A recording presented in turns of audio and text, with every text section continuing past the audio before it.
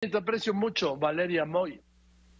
Valeria Moy, especialista, sí, reconocida, respetada, y sabe que ella además muy querida. Querida Valeria, ¿cómo estás? Muy buenas tardes. Valeria es directora del IMCO. ¿Cómo estás, Valeria, el Instituto Mexicano de Competitividad? Buenas tardes. Gracias por Joaquín, muy buenas contestarme. tardes, qué gusto estar contigo. Gracias, Valeria. Pues menudo jueves, ¿no? Reporte de Menudo inflación, jueves, muy mal 7,91. dato de Tasas de inflación. interés, 11%. A ver, Pues ¿qué mira, pasa? Joaquín, muy mal dato de inflación hoy por la mañana. Ya medio se esperaba porque ya habíamos tenido el dato de la primera quincena, fue malo, hemos tenido ya evidentemente un incremento de tarifas. Hay que decir algo muy importante, hay muchas tarifas en estos bienes o servicios que produce o que genera el gobierno que están indizadas no necesariamente a la inflación, pero sí a las UMAS. Y las sumas lo único que reflejan, evidentemente, es el movimiento de los precios, es decir, la inflación. Entonces, si la inflación sube X, lo que sucedió en diciembre, 7,82%, por ejemplo, las carreteras suben 7,82%, la electricidad subió 7,5%. Toda esa información ya la teníamos. En ese sentido, pues nos esperábamos un dato de inflación malo, creo que no tan malo como el que salió, porque este 7,91%, Joaquín, sí, pues es fatal. Y si nos vamos al detalle de esta inflación, si la partimos en pedacitos, vemos que la inflación, por ejemplo, en el caso de los alimentos procesados, el grupo que contempla estos bienes que produce el INEGI se llama alimentos, bebidas y tabaco, pero contempla en gran mayoría, en su gran parte, alimentos procesados, subió 14%. Entonces sí estamos viendo un incremento que no cede en los precios y que desde luego esa tendencia que ya queríamos ver, que esperábamos ver hacia finales del año pasado de que la inflación fuera disminuyendo, pues no la estamos viendo, ya se rompió, en diciembre subió, en enero volvió a subir y el dato de hoy me parece verdaderamente preocupante. Y dame el dato que es, pues quizá todavía, que es más importante, pero más representativo y más grave, la inflación subyacente. La inflación subyacente. La inflación subyacente, Joaquín, para quienes nos están escuchando, quienes nos están viendo, hay que pensar que la inflación mide el comportamiento de miles, literalmente miles de precios de los que consumimos los mexicanos. Lo divide en dos grandes conjuntos. Un conjunto es la subyacente, que son los bienes que se comportan, cuyo precio se comporta muy como la oferta y la demanda, responden mucho a la oferta y a la demanda. Si hay más demanda, sube el precio, si hay menos, baja el precio, que responden a condiciones de mercado. La no subyacente tiene un componente donde son las tarifas determinadas por el gobierno o son bienes que tienen un precio muy volátil. Nos preocupa más la subyacente. Y en este caso, la subyacente salió peor que la inflación general. La inflación general, ya la dijimos, 7,91%, la subyacente fue 8,45%, muy por arriba de la inflación general. Y no solo eso, marcando una tendencia, pues que ya es preocupante, sobre todo para la política monetaria, que como bien decías hace un momentito, pues lleva a cabo Banco de México.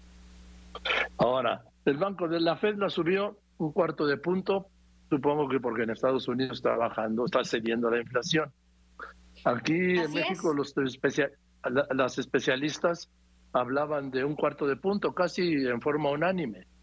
Y hoy la Junta Sí. de Gobierno, tómala, les da medio punto más para llevarla al 11%. Pues mira, la Reserva Federal, lo que hemos visto en Estados Unidos es que sí ya hay una marcada tendencia de disminución de la inflación. Ya no es solo un mes o 2 meses donde hemos visto datos positivos en el sentido de que la inflación ya se empieza a contener y eso le permitió a la Reserva Federal frenar el ritmo de aumento de tasas.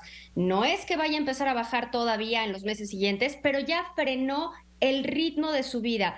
Decían por ahí, algunos analistas dicen que quizás llegue a un tope en marzo, a partir de marzo se quede en ese tope un buen rato y si las cosas pintan bien en materia inflacionaria, podría empezar a bajar quizás a finales de este año o principios del año entrante.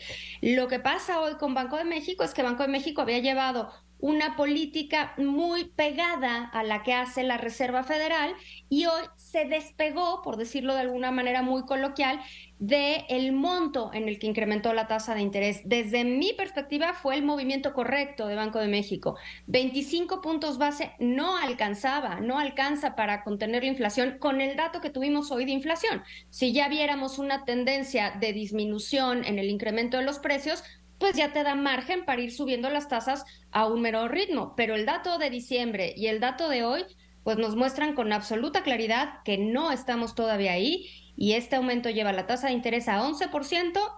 Y yo no dudaría, Joaquín, que en la reunión de política monetaria de marzo venga otro incremento.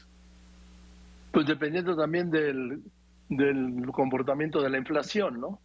Tal cual, vamos a ver cómo se van comportando las siguientes quincenas, la primera de febrero, la segunda de febrero, y entonces Banco de México podrá decidir, pero esto sí nos sitúa, yo creo, una situación delicada, porque además, aparte de la reunión de política monetaria y de la decisión de tasas, hay que hablar de las expectativas que tiene Banco de México, y hoy las publica y algo que parece muy interesante, cambia la expectativa de inflación para final de este año.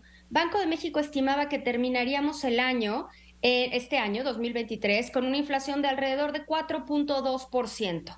Hoy, el anuncio que da Banco de México es que estima que terminaremos este año con una inflación de 4.9%. 4.9%. Entonces da otro brinco en esas expectativas y la meta de 3% se ve cada vez más lejana. Ya la posterga hacia la segunda mitad de 2024. Y pues el deterioro en el poder adquisitivo de la población, Joaquín, pues todo parece indicar que lo vamos a seguir viendo todo este año. Sí, porque es lo que expresabas de los precios. Los precios suben y las señoras, como digo yo, si querían comprar lo que compraban con 1,000 pesos, les cuesta mucho más. Si solo se quieren gastar 1,000 pesos, compran mucho menos. No hay pierde con esta fórmula, ¿sí?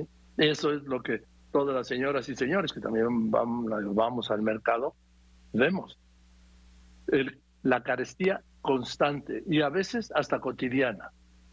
¿Vale? Yo creo que la inflación, Joaquín, es el fenómeno económico que todo mundo entiende, ¿no? Independientemente de que te sepas la definición, de que sepas cómo hace el INEGI el cálculo, de que entiendas si es subyacente o no es subyacente, todos entendemos qué es la inflación porque todos vemos en los bolsillos, todos vivimos en los bolsillos este deterioro en el poder adquisitivo, pero todavía más cuando este incremento en precios se está concentrando en alimentos. Ahí sí se vive todavía más fuerte, porque además, Joaquín, hay otros bienes que la gente puede sustituir o que puede postergar o que puede decir, no compro esto, me espero, cambio este consumo por este otro, pero alimentos, Joaquín, ¿qué sustituyes? ¿No? Verdaderamente sí estamos viendo una situación preocupante en esta perspectiva. Alimentos procesados de nuevo subió 14% y productos agropecuarios subieron casi 10%.